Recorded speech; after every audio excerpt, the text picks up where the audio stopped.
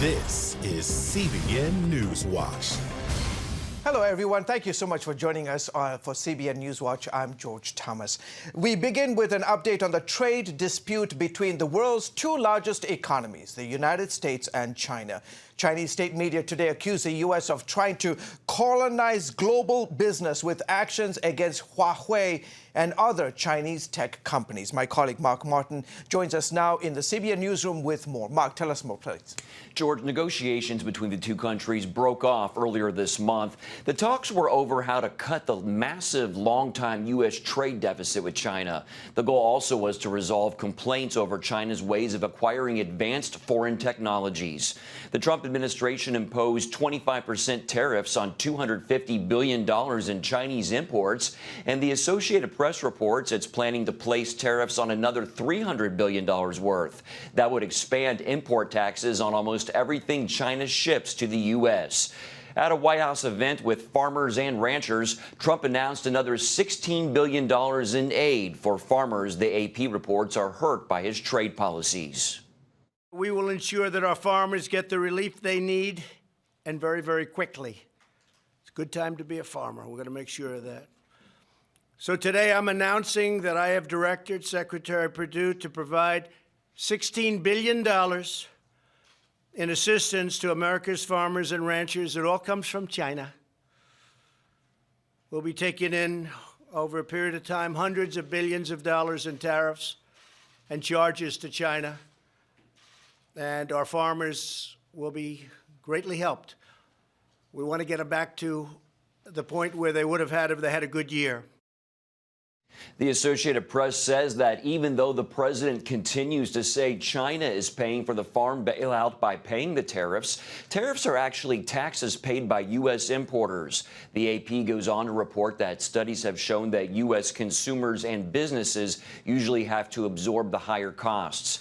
Meanwhile, CCTV reports that an expert on the friction believes it's going to take a long time before the trade tension eases between China and the U.S. Concerning the current situation, both sides still want to continue the negotiation rather than end it.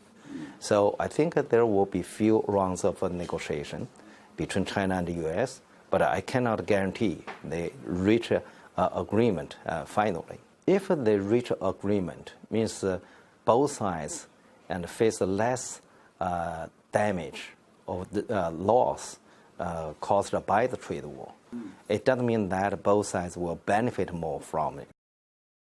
And George, as far as future negotiations, Trump says he anticipates meeting with Chinese President Xi Jinping next month at a G20 meeting in Japan. Back to you.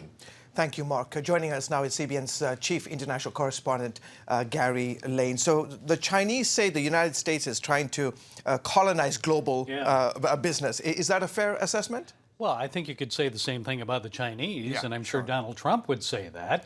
The president says, look, the Chinese for years have been dumping cheap products on America and other markets around the world.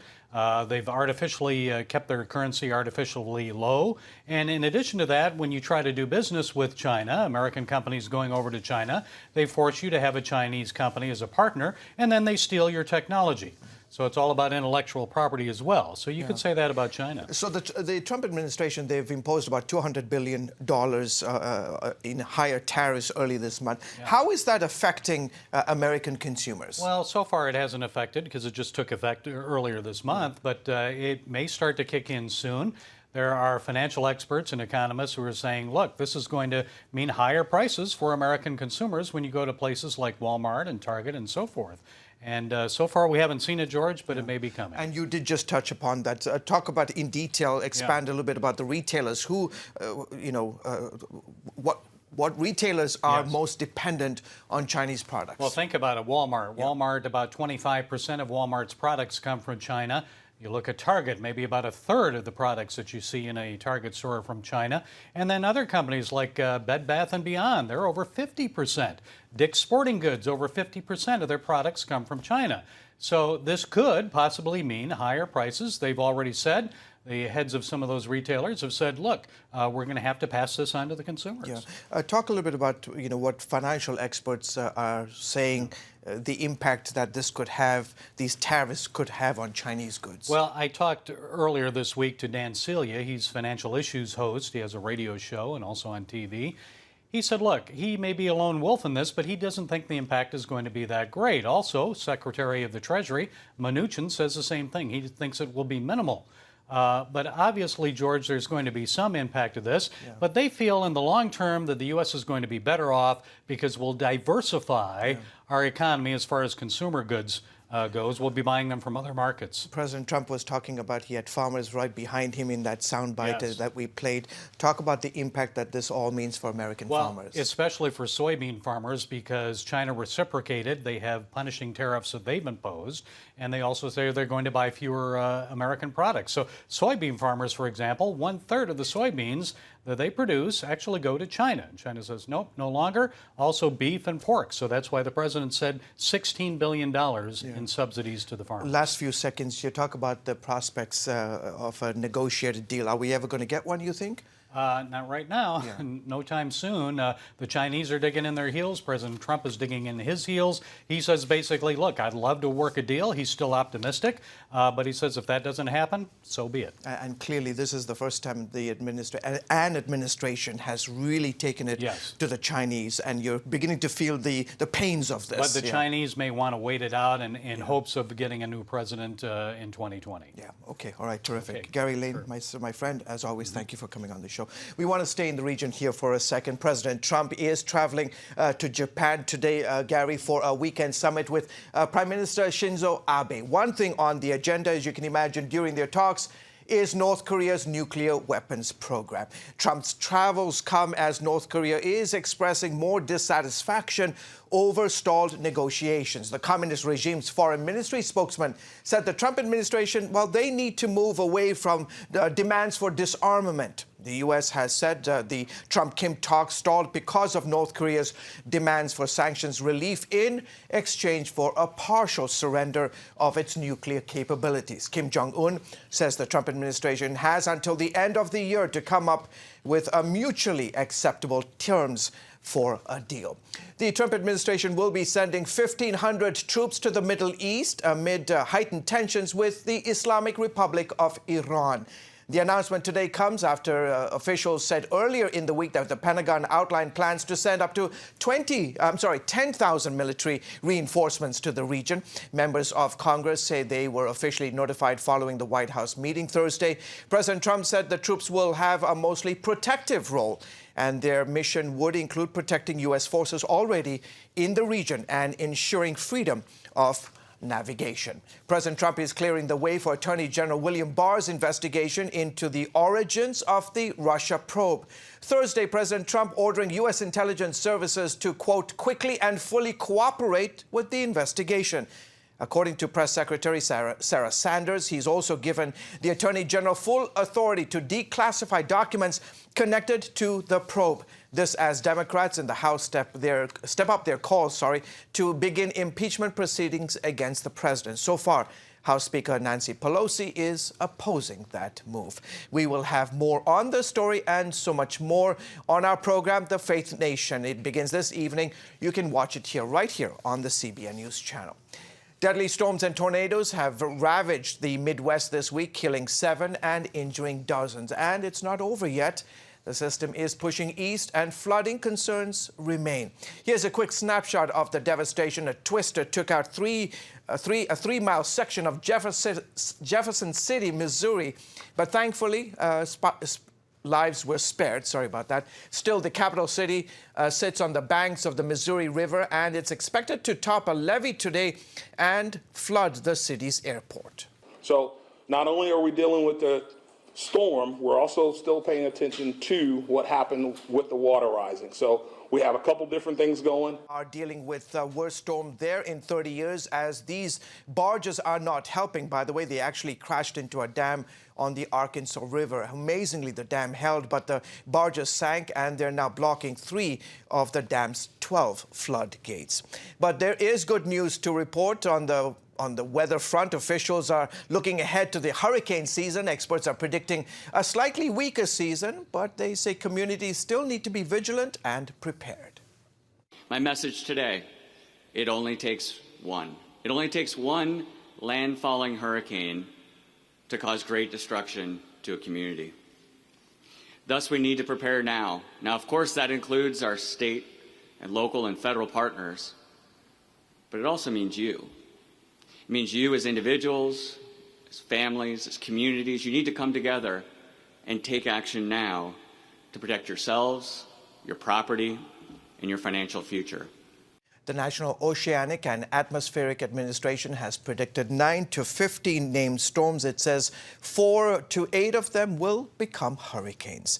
Health officials in Texas are warning travelers at Dallas-Fort Worth Airport that they may be exposed to measles. They say a person who recently traveled through the airport has since tested positive for measles. Health officials are encouraging travelers to get vaccinated. This is a serious illness. It's very, very infectious. As you know, we've put out that the virus can hang around in the air in the droplets for up to 2 hours after a person has passed by. So you need to take this seriously. But again, like I was saying earlier, if you have taken your vaccine, which most of our public has, that's how we eradicated the disease in the United States, it's not a threat to the public at large. The CDC announced back in April that the number of measles cases in the U.S. through the first 3 months of this year has surpassed the total count of all of 2018. Officials continue to recommend the vaccine for every American a year or older. This is the worst year for measles in the U.S. since 1994. Coming up, a look at the remarkable story of a prisoner of war and how his faith helped him overcome.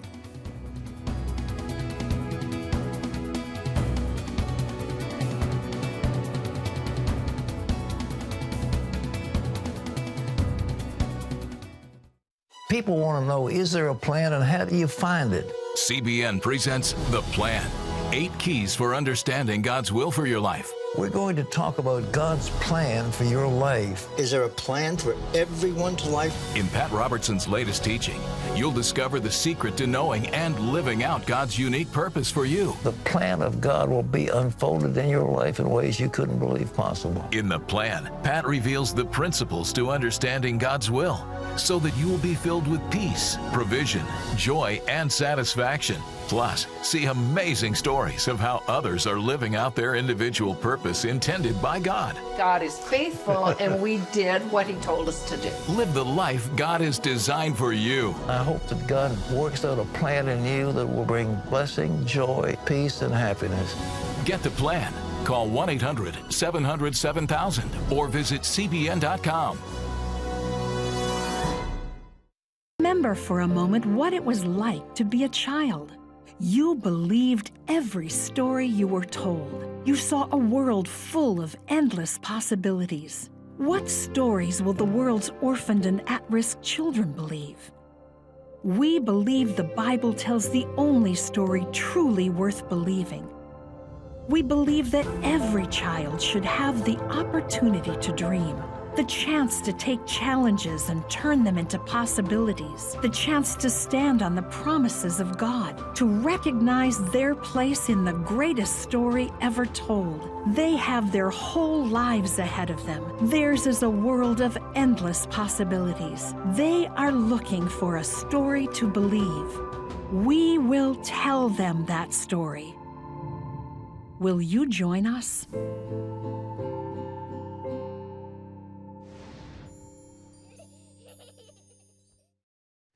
Welcome back to the CBN News Channel. As we head into Memorial Day weekend, people across the country will be remembering, honoring, and paying tribute to those who have died fighting for our beautiful nation. And as we want to take a look at a remarkable story of a person by the name of Louis Zamperini. He endured unspeakable horrors as a prisoner of war in Japan. That story is told in the 2000 film Unbroken, which ends with his emotional homecoming. The second movie released last year tells the rest of his story. Unbroken, The Path to Redemption, explores his struggle to overcome that terrible experience and the faith that finally saved him. Ephraim Graham has the story. If you're going to train for London, you have to do it right. Just go nice and easy, see if you can make it all the way around. You think you can run a 4.7 mile again? I wouldn't be doing this if I didn't. I don't run to run. I run to win. Louis Zamperini's real-life story Perfect. Moving on. Nice job, guys. Thank you. is made for the movies. He was an Olympic distance runner, a World War II veteran, and a surviving prisoner of war. You will never escape me.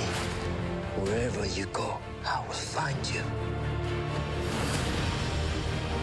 Are you sleeping well? Are you having any night sweats or nightmares? I just thought I'd be able to forget everything. I want to go home. There is no home. His story returns to the big screen in Unbroken: Path to Redemption, a long-awaited follow-up to Angelina Jolie's 2014 epic war drama, Unbroken. We have nighttime sky, right? Harold Kronk directs this film, alongside producer Matthew Baer, who worked with Jolie on the first film. The first film was a horrific, tragic story of his fight for his life, and the second film is his struggle to save his soul. There's nobody more inspirational than Lou Zamperini, especially as portrayed in the film, with all of the terrible things that he goes through. When I was a kid, I lived near Torrance. Are you kidding me?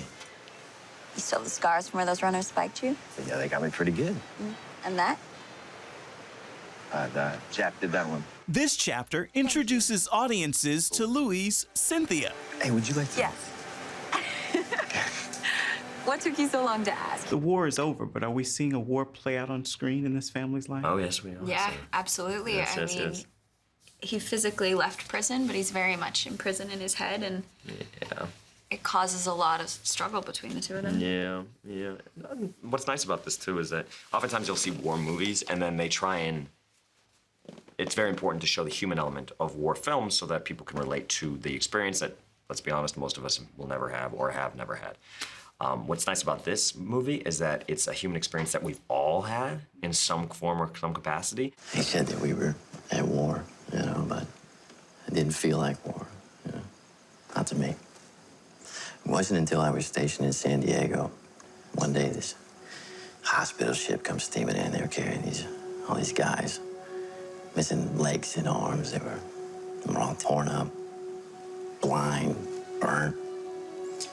That's when the war became real to me. Luke, how would you describe this chapter of your dad's life and seeing it on the screen? This is the climax of the story of my father's life. All that he went through before with the athletics and the Olympics and the life raft and the prison camp. The climax is when, after him spiraling out of control with post-traumatic stress disorder, that he's able to come to faith on that evening in October 1949 and change his life. It is the climactic part of his entire story. With vintage cars like this pretty red Ford, the stage is set for the 1940s. A young Lou Zamperini and his wife, Cynthia, are coming here to the tent you see in the distance to hear from a young evangelist who has not quite made a name for himself on the national scene. I do not believe that any man can solve the problems of life. Evangelist Billy Graham, whose grandson Will portrays him in the film. I believe that God is still healing hearts. I believe that God is still transforming lives. I feel like if you close your eyes and don't look, you really think you're listening to Billy Graham. That's the way it was when we first met with him. That was what Harold and I spoke about, was we watched the screen test, and Matt couldn't believe it. He sounds exactly like his dad. Yeah, it was just fantastic. But there's a lifeline. Just reach out. I knew the story from Unbroken. I knew the story from my granddaddy's tales. So I know the story pretty well. And I've seen the movie, and every time I see it, I've seen it about 3 or 4 times now, every time I see it, I'm crying. That camp meeting also began a lasting relationship. They had a great friendship, lasted a whole lifetime, 2 lifetimes really. And but it just, we're grateful how God brought these 2 men together. Ephraim Graham, CBN News, Los Angeles. It's about the competition. I kind of put that pressure on myself, and I think people had expectations. It's about overcoming. We use this phrase all the time, keep chopping, keep practicing hard. It's about going the distance. You know, I think as a father, it's my job, you know, to lead. Just be the best husband and father I can be. Watch Going the Distance with Sean Brown Saturday night at 7:30 on the CBN News Channel. Woohoo! Hi, Superbook fans. Here's something else you'll love. It's the new Superbook Bible app. It's packed with games, activities, and Superbook episodes that you can watch for free. Oh, no! There's trivia, a fun daily devotional, and answers to your Bible questions. Plus, an easy-to-understand Bible the whole family will enjoy. You can even create your own Superbook character. Ta-da! Whoa! Millsburg Falls man, come. Sorry, pardon me. Sorry, excuse me. Ouch! Are you getting this? Earn super points to win daily prizes, too. And so much more! Time to get back to my adventures. See you soon! It's the new Superbook Bible app. Free downloads on iTunes, Google Play, and Amazon. How can you find God's plan for your life? CBN presents The Plan, 8 Keys to Understanding God's Will for Your Life. In Pat Robertson's latest teaching, you'll discover the steps to take in following God's plan, how to know for certain when God is leading you, how to get rid of spiritual blindness and see God work. God said, I've got a plan to give you a future and a hope. Get The Plan. Call 1-800-700-7000 or visit CBN.com. Welcome back. Here with this week's trending stories from FaithWire, CBN's Jessica Chaco and Dan Andros. Well, Memorial Day is a time to honor those who gave it all for the Stars and Stripes. But one North Carolina man has received $11,000 in fines for flying an American flag that's, get this, 40 by 80 feet in size. Well, FaithWire's Dan Andros is here to tell us more about it. Dan? Yeah, it's in North Carolina. It's in Statesville, North Carolina, and it's Gander RV, and the guy's name is Marcus Lemonis, and he's the CEO of Gander and his family. They've been running these dealerships since the 1960s, he said, and one of their staples is they always have a big American flag flying, and so they decided this year to fly a huge flag. And as you said, it's 40 by 80, and it's ginormous, and obviously the patriotism is flowing there, but the city said they have a code that can only allow a 25 by 40 foot flag to fly. And so they decided to retroactively give him fines that totaled up to $11,000, but he's refusing to take it down. And he said he doesn't care if it goes to $500 a day. He is not taking this thing down. That's how important it is for him, because for him it's a symbol of the vets and remembering the sacrifices and the that people have made for us in the past. And so he's going to keep it going. And this is one of those situations where, you know, we understand that there's codes and you got to follow those, but at the same time, you got to use common sense. And in this particular case, it's in an RV park that's got a giant parking lot and it's next to a highway. So it's really not blocking any sort of valuable view there. It probably gives people something actually to look at. So you hope that common sense rules the day here, but it's great to see that this guy is sticking to his convictions and not gonna budge on this one. Well, I wish him all the best. Well, in Memphis, a homeless teenager earns $3 million in academic scholarships with the help of a Christian ministry. 17-year-old Tupac Mosley graduated as valedictorian of his high school class. And Dan, we know this young man has a bright future ahead of him. Yeah, this kid, what a great example for all of us really to follow, and inspiration. His family fell on hard times after his father had unfortunately passed away, and so they fell behind on their bills, got evicted from their home, and were indeed homeless for a time. And but a Christian organization actually stepped in, and he credited them with helping their family get back on their feet. And the ministry is called For the Kingdom, FTK, and they have a solid mission. And he is very thankful to them, and he said that he was determined to make them proud because he really got an incredible outpouring, $3 million in total, and equivalent of funds for college and for other things. And they also gave him a place to stay while they were struggling. And so he's very thankful to them, and he was determined to make them proud. And so he's clearly done that, becoming valedictorian. And in his speech, which was a great speech, he said that you should never let your circumstances that you're going through be a mountain that you can't climb. And so it's great to see that what this young kid is doing, and it's pretty clear that he's going places in the future. Thanks, Dan. To find these stories and more, check out FaithWire on Facebook and on the web at faithwire.com. As the world watches from the outside, it's a big diplomatic tug of war here in the Middle East. Go inside the story with Jerusalem Dateline. Israeli archaeologists are talking about a discovery that could change the thinking about the Temple Mount. Join CBN Jerusalem Bureau Chief Chris Mitchell and get the biblical perspective on the events shaping the world. What starts in Israel then ends up going to other places. Watch Jerusalem Dateline Friday night at 9:30 on the CBN News Channel. Orphans Promise is committed to loving and serving at-risk children, to helping keep families together, and to creating opportunities for strong and sustainable communities around the world. We're working in over 60 countries around the world, and with your help, we can do even more. There's an old African proverb I love that says, if you want to run fast, run alone. But if you want to run far, run together. At Orphans Promise, we want to run far so we can touch the lives of as many orphaned and vulnerable children as possible. But we don't want to go alone. We're out to change the world, one child, one family, one community at a time. Will you join us?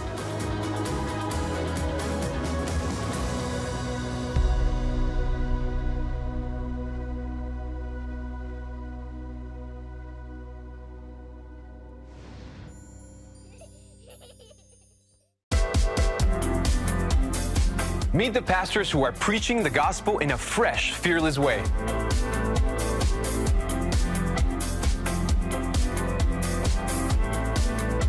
I'm Roberto Torres-Cedillo.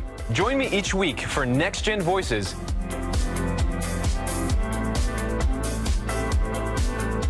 And watch God transform a generation.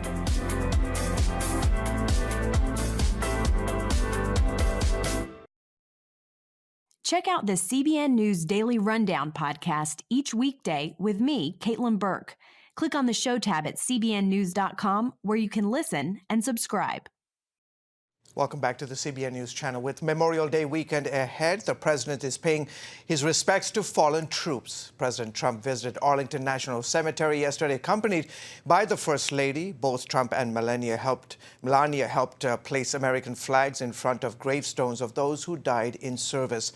Presidents typically lay a wreath and deliver remarks at the cemetery on the holiday, but Trump will be out of the country. That is it for this edition of NewsWatch. You can find more on the issues you care most about at cbnnews.com. You can always watch CBN News programs anytime on our CBN News channel. We'd love to know what you think about the stories you have seen here. Please email us at newswatch@cbn.com, or you can reach out and touch us on Facebook, Twitter, and Instagram. Well, folks, I hope you have a fantastic rest of your day. A happy Memorial Day to everyone. Be safe out there. Goodbye, and God bless you from all of us here at CBN News Channel. Have a great day.